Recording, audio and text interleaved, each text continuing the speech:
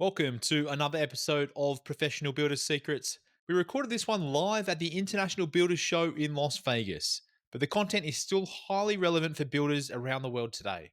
I talk with APB's head coach Andy Skarda about the WIPAA calculation, work in progress accounting adjustment. We talk about what WIPAA is, the financial risks that builders face if they don't track WIPAA accurately, and how WIPAA can affect your cash flow, your profitability, and your decision making. It's a very important episode, and I hope you enjoy it. This episode of Professional Builders Secrets is brought to you by Apparatus Contractor Services. Apparatus provides full scope, end to end QuickBooks precision construction accounting and CFO services for residential builders. If you feel like you can't completely trust your weekly and monthly financial reports, or you feel like you're flying blind, Apparatus will rebuild and operate your QuickBooks accounting system and give you precision construction accounting capability you can trust. Learn more at apparatusteam.com or on the APB Rewards partner directory. In the manufacturing world, work in progress is an asset. All right, you've taken raw materials, you've added a process to it in your manufacturing. It's worth more because of what you've done. It's always an asset. It's never a liability. In a building company that is running cash flow positive, work in progress that has not yet been invoiced is a liability. So we mustn't bash the accountants too hard. In most cases, if they're not experienced in working with residential home builders, they won't even realize that this situation exists. Most accountants are not trained to understand the nuances of the building industry.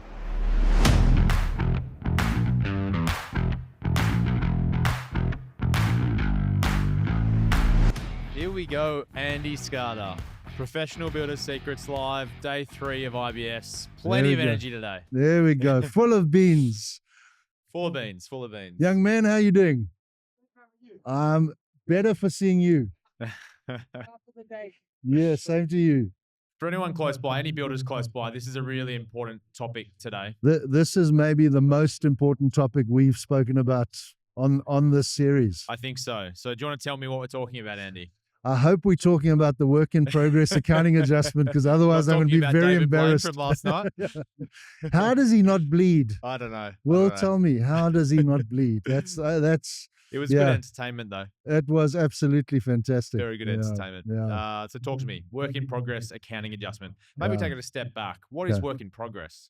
So obviously every builder, well, hopefully every builder is constantly busy building homes or remodeling homes, depending on which part of the industry they're in.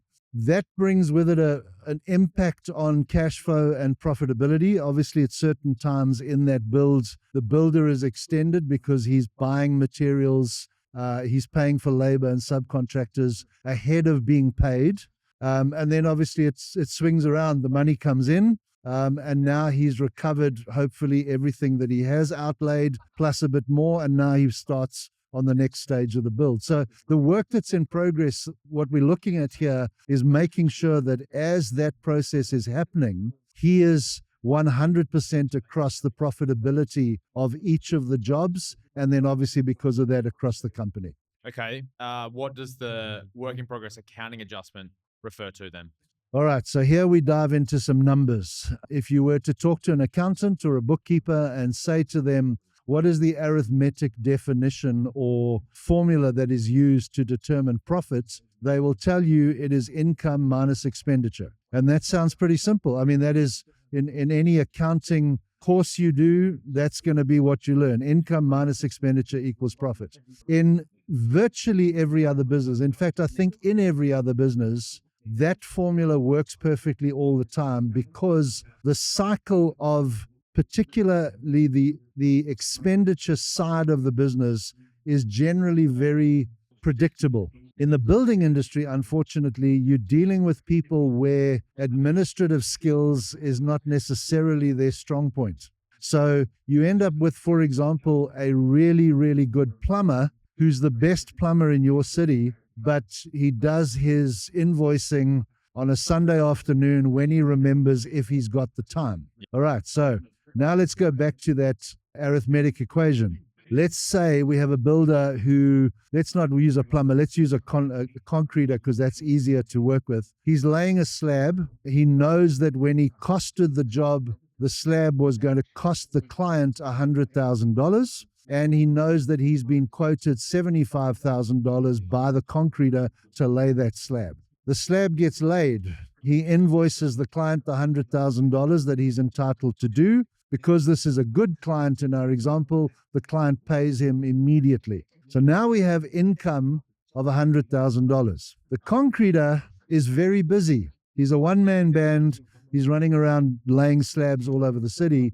It takes him 2 weeks to send the invoice.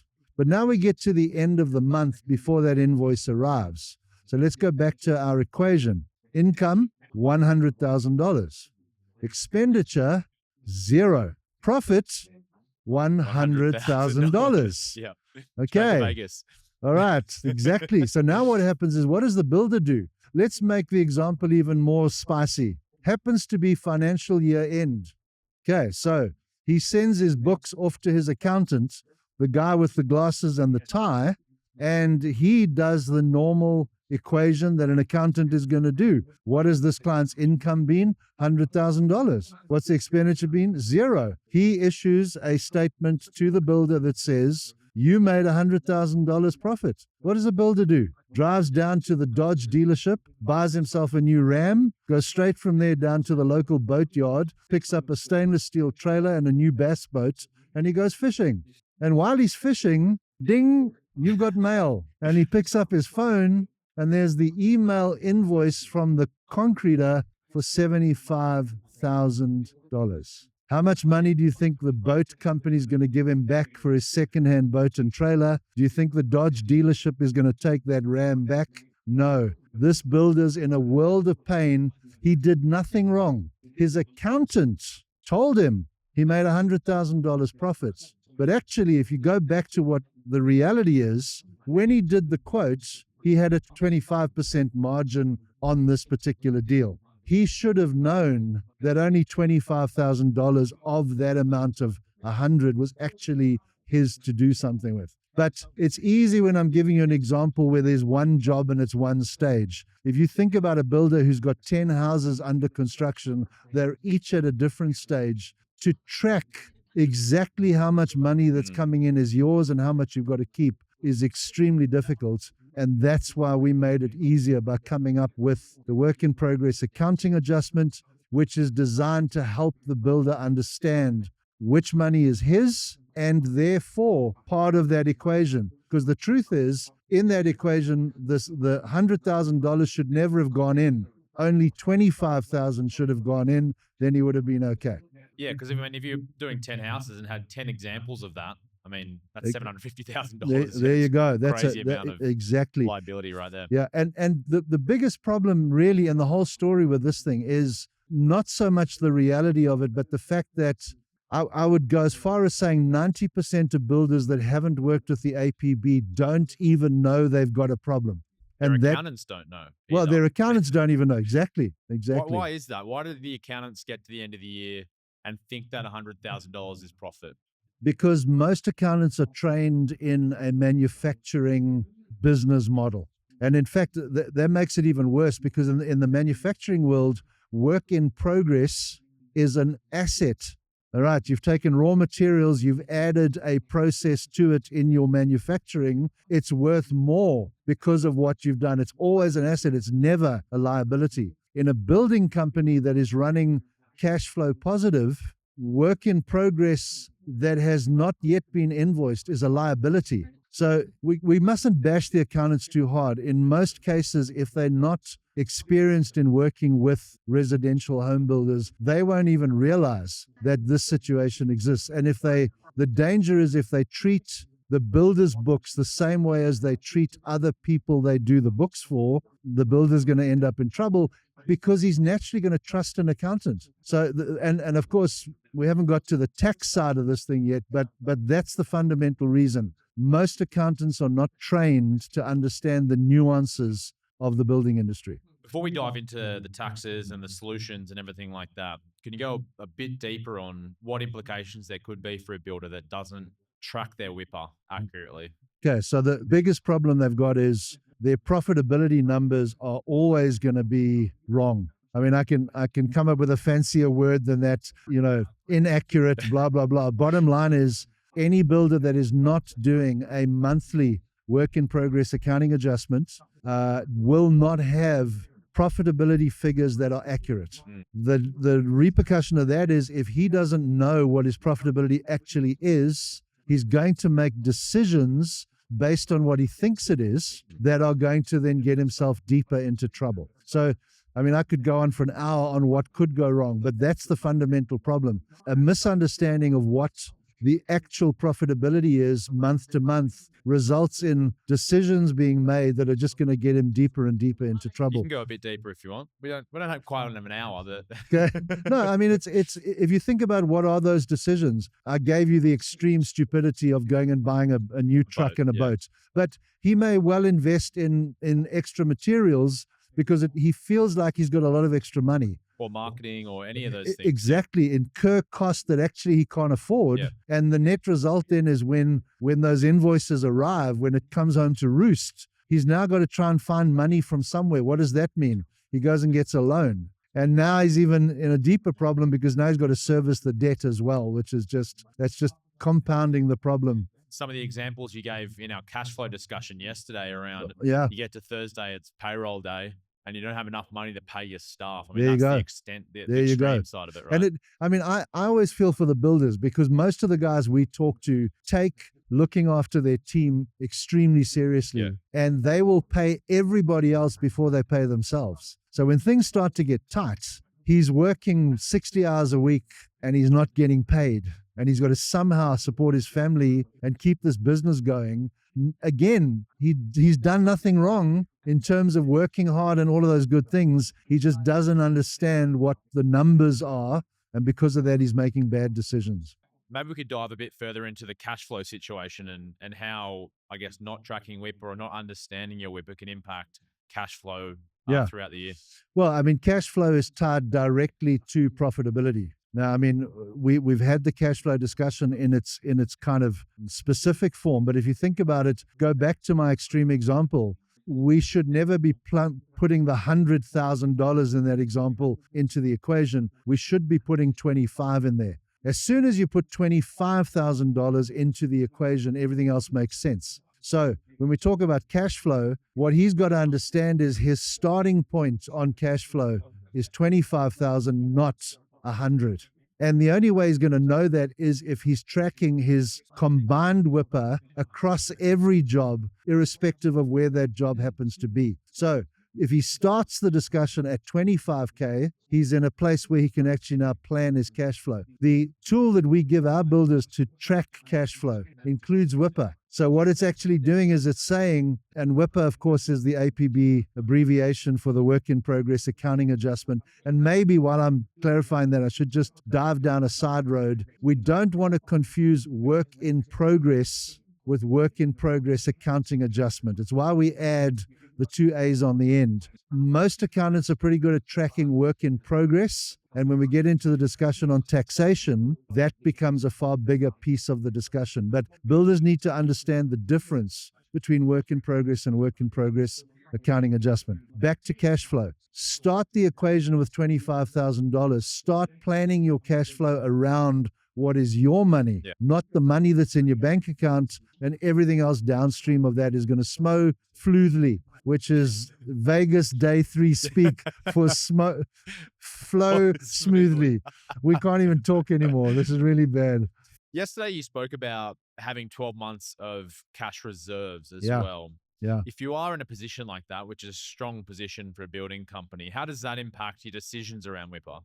It won't really, because it's kind of the end of the process. But you are never going to get there without implementing WIPA at the beginning of the process. Yep. Because if you remember where that discussion went yesterday, what we were saying was you first got to get to the place where you're managing your cash flow so that it's positive. And when it is positive, that you have more cash available than what you need to run the business, that's the point at which you can start to build those reserves. So if you're not doing WIPA at all, or accurately, or regularly every month, come what may, and making sure that the relevant journal entries are happening. If you're not doing that, you're never going to get to the place where the money that you think is yours is actually available to build those reserves. Yeah, well, you might look at your bank account and think, I've got 12 months of reserves, but 85% needs to go to someone There else. you go. And I mean, if you did that, actually, you'd be doing yourself a favor. Because if you took 85% of it and stuck it in another account as your reserve, what's going to happen? Which, in fact,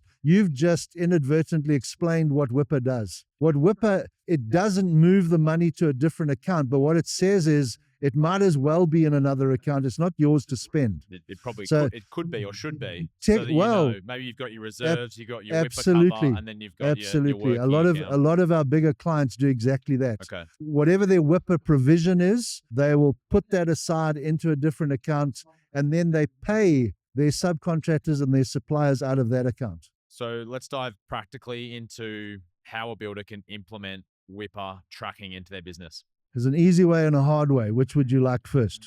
About 15 minutes worth. All right, so let's go easy way. Join the APB, do the training on WIPA, use the calculator that we've created, implement WIPA tomorrow, implement WIPA yesterday. That's the easy way. The difficult way, you'd have to devise your own calculator that would allow you to separate whose money, every dollar that comes through the door, how much of this is mine and how much of this do I have to keep available. And I mean, let's be honest, we're really talking about builders whose primary function is to build.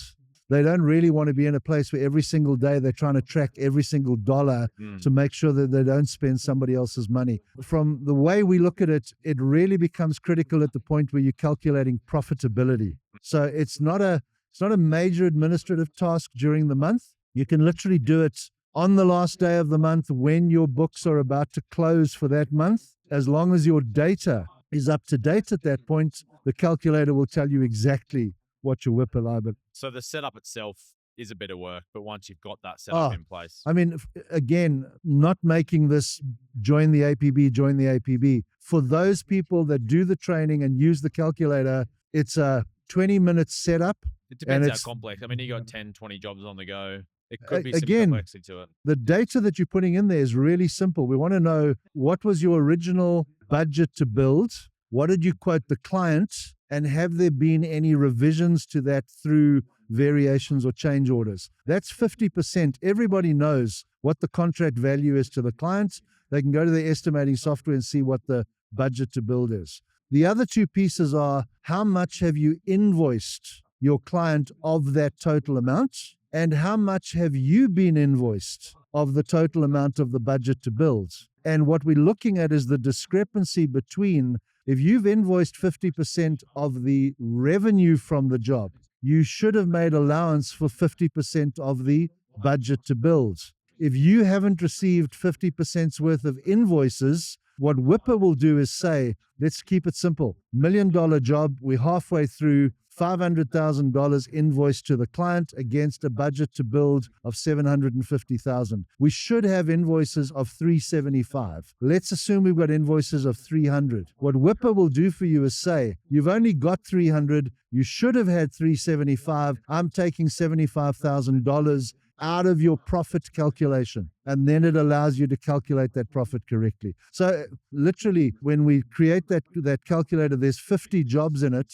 If it took you 2 minutes, a minute per job to put in the contract price and the budget to build, literally under an hour to set it up, and then 30 to 40 minutes once a month when your bookkeeper has closed off the month. What if a builder goes through this process, they get the WIPA calculator, they plug all their numbers in, and it's not a good look? They've got not enough money in the bank that's going to cover anywhere near the amount of outstanding invoices they're going to have coming in. What would you recommend they do at that point?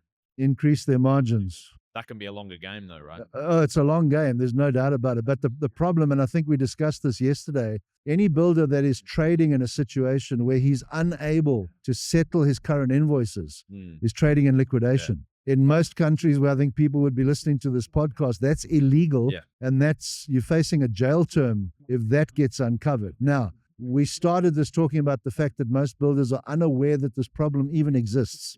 The reality of this is a lot of builders may be in this situation inadvertently. They didn't do it deliberately. They didn't even know it was happening. Yeah. So, but what do we need to do? If you find yourself in that situation, what you've got to do straight away is work out just how much brown, smelly stuff you're in, and then come up with a plan. Again, we're going back to cash flow planning. If I plan my cash flow correctly, I cut everything else to the bone for 6 months, I push up my margins so that the new jobs coming in are giving me that little bit of extra headroom, you can turn it round relatively quickly, maybe 4 to 6 months, to get back to a place where you can now cover your WIPA liability. And then from there onwards, because you've implemented it, it's now going to work for you. It's now going to be positive, and from there on, it'll be a lot simpler. You mentioned getting a loan earlier, and I got the feeling that that was not something we want to recommend. But No. is there ever a situation where a builder needs to take that step? Well, from a straightforward business perspective, if they're at desperation level and there's no other alternative, you might have to do that. But to be honest, you would still then want to be setting up your cash flow plan or your fixed expense plan to now cover the overhead of the loan repayment in order to. Now, I mean, that might be a quick fix for somebody in a dire situation, but the truth is most builders would be able to trade their way back into a positive situation. Because they were getting more cash in the business. Correct, and stuff. correct. Yeah. We mustn't forget to talk about tax. Let's do it now then. Let's do All it. right. So why I want to raise tax is quite simply that in most of the countries where people will be listening to this podcast, the tax law is actually advantageous to the builder from a tax perspective, but extremely disadvantageous, unadvantageous. One of As those, I said, baby. day 3 IBS. The tax law does not work well for a builder 12 months of the year. And what we're really talking about here is the difference between management accounting and tax accounting. Okay. So what does the tax law say? The tax law in all 4 of the major countries that we work in says, for tax purposes, the builder's income, their revenue, will be based on the completion rate of their jobs, the completion percentage of their jobs. The tax law allows that to be calculated not on the revenue you have received, but based on the invoices you have received from your suppliers and your subcontractors. So go back to our earlier example. You've actually invoiced the client for 50% of the contract price they've paid you. When it comes to tax purposes, if you've only received 30% of the invoices, the tax authorities will ignore anything above 30% of what you've received for tax purposes. Now, this is where the disconnect comes in. You've actually got 50% of the money in your bank account, but from a tax perspective, they're going to assess your tax liability as if you had 30%. Now, anybody understanding the fundamentals of accounting is going to realize that if I chop 20% out of your revenue, I'm not changing what your actual costs are at that point. That has an immediate effect on your gross margin, and that has a ripple effect onto your net margin. We don't want those kind of calculations being done during the year on a month-to-month basis, because they're going to distort the figures. And as we said earlier, any distortion in the data is going to make the decisions you make more difficult. But for tax purposes, that is what the tax authorities require your accountant to do. So what we want builders to do is to run management accounting where they are using WIPAA during the year to calculate their profitability accurately every month.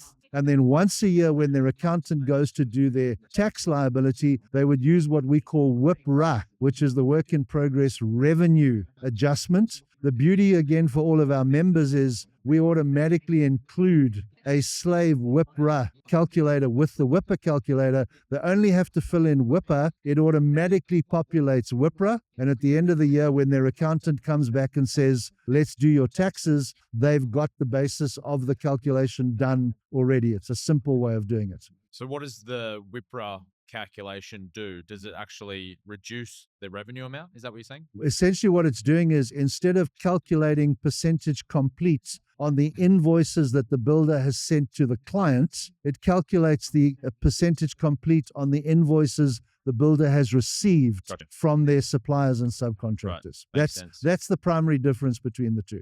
Have we missed anything else? Look, I mean, I sadly call this the cancer of the building industry. More builders go bankrupt out of a misunderstanding or a lack of understanding of this particular subject than from any other. Because when it goes wrong very quickly. Builders can go for years never knowing they've got a problem, because as long as they've got work coming in and they cash flow positive, it's like a rug over the pile of dirt. You don't see the dirt because there's enough of a rug of ongoing work to cover it. But when that work dries up, it's why we had so many failures in COVID. Because as long as people were working, they could cover it and keep ahead of it. Soon as that stops, quickly, problems. So please, builders, get to understand WIPA, implement it, run it every month, plus the journal entries. Make sure your profit and loss statement is accurate. Make your decisions off accurate information, and none of these horrible consequences we've spoken about will happen to you. Sounds good. Let's leave it there, Andy. Let's leave it there. Thanks for coming on the show. It's a great pleasure. Thank you for having me again.